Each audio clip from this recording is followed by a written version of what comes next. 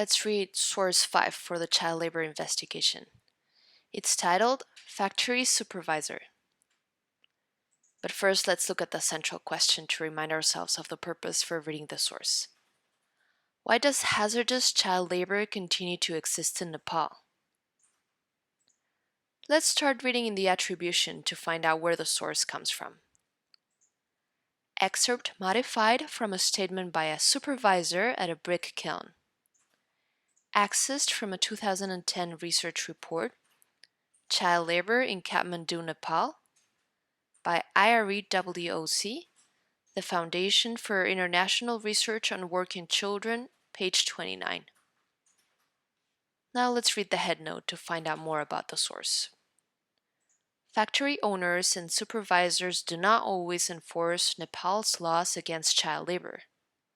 Some kiln owners say that children are not forced to work, but that children want to help in their free time before and after school.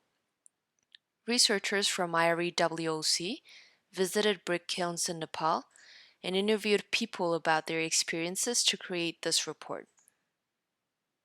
Okay, now let's read the source itself. Let's see what this supervisor said.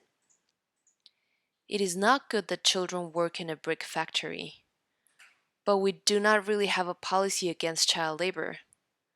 Sometimes we approach the parents and tell them that they should not let the children work, but send them to school instead. But these parents are not educated, and in their eyes, it is a loss if the children waste time by playing and roaming around. Because a child means an extra mouth to feed, for them it is better if the child spends its time helping out with work. It makes parents even proud when the child is old enough to work.